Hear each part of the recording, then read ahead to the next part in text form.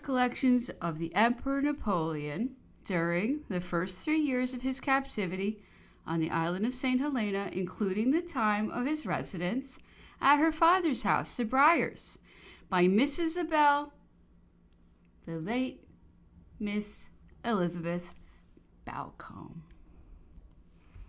Preface.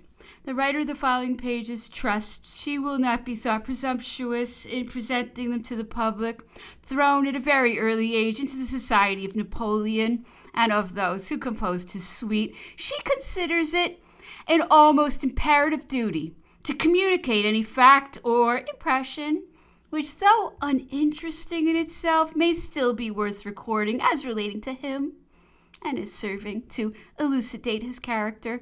Could these recollections of the emperor have been published without having her name appended to them, they would long ago have appeared. But feeling that the sole merit to which they could lay claim consisted in their being faithful records of him, and that if produced anonymously, there would be no guarantee for their truth, being moreover desirous to shun publicity and unequal to the task of authorship, the undertaking has been postponed from time to time, and perhaps would have been delayed still longer, but for the pressure of calamitous circumstances which compels her to hesitate no more, but with all their imperfections on their head, to send these pages at once into the world.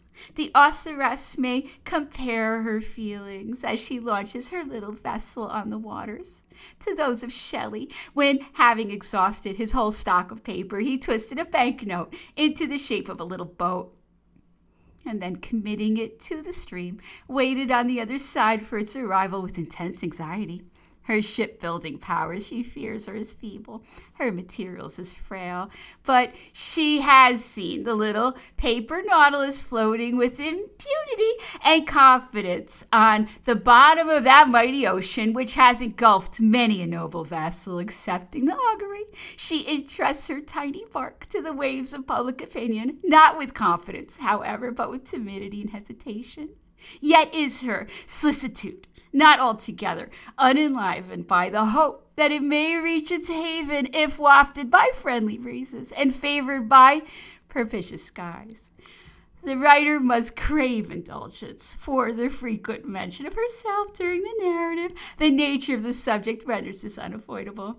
Lucia Elizabeth Abel.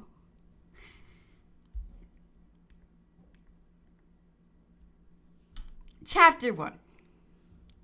There points the muse to stranger's eye, the graves of those that cannot die. A slight description of the island, its appearance from the sea, consternation at its threatening aspect, singular position of St. James Town, the Briars. My object in the following memoir is to confine myself as far as possible to what concerns Napoleon personally, having, however, many reminiscences unconnected with him of the happy days of my childhood, and feeling that they might be interesting to the public, especially to those who visited the island during the emperor's captivity there. I ventured to insert them.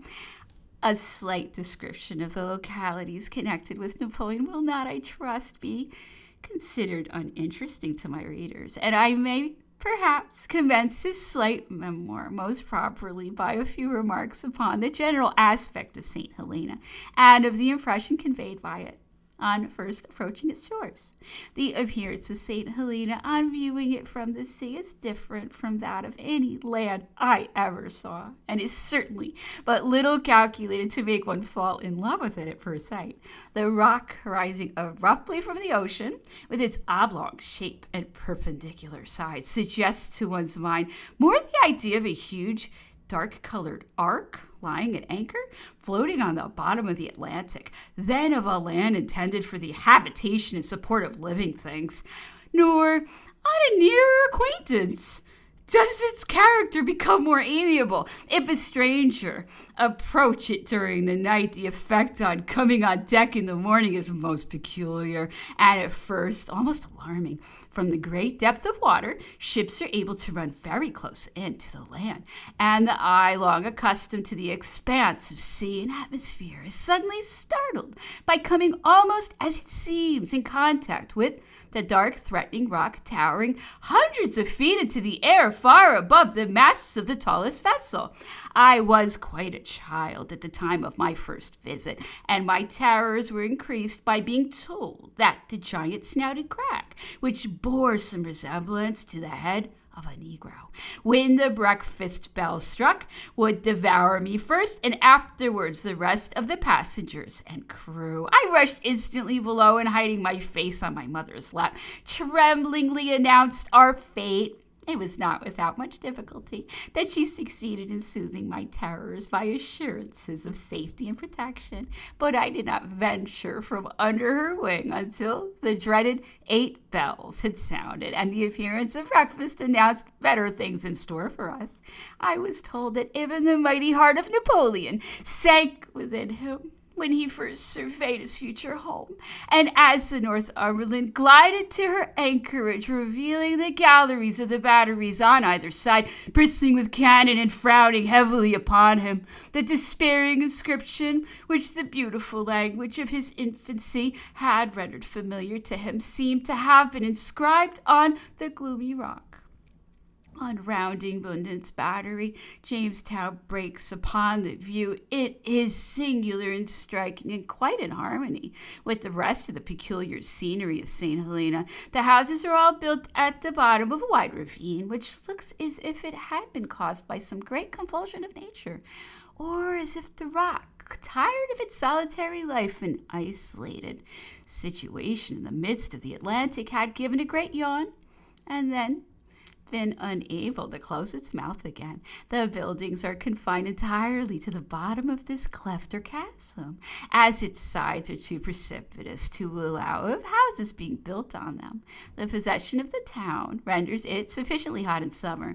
The cool sea breeze, so delicious in all tropical climates, is almost excluded by the situation of the valley, as the inhabitants call Jamestown, and for 9 months in the year the heat is almost unendurable. We were fortunate enough to reside out of town, my father possessing a beautiful little cottage called Briars, about 1.25 miles from the valley, a spot meriting a slight description both from its intrinsic beauty and from having been the residence of Napoleon during the first 3 months of his exile in Sainte-Hélène. The way to the Briars winds out of the town by roads cut in the middle of the mountain.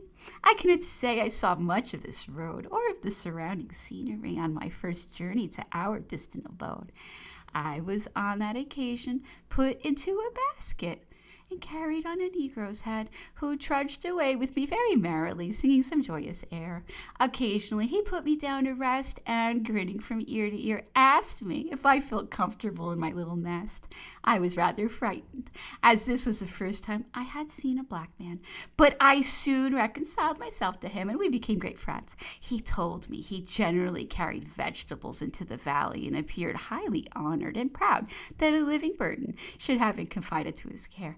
I was soon deposited in safety at the door of the Briars, and bade adieu to my sable bearer, who went away quite delighted with some little present my father gave him for making himself so amiable to me. Our cottage was built in the style of the bungalows of India.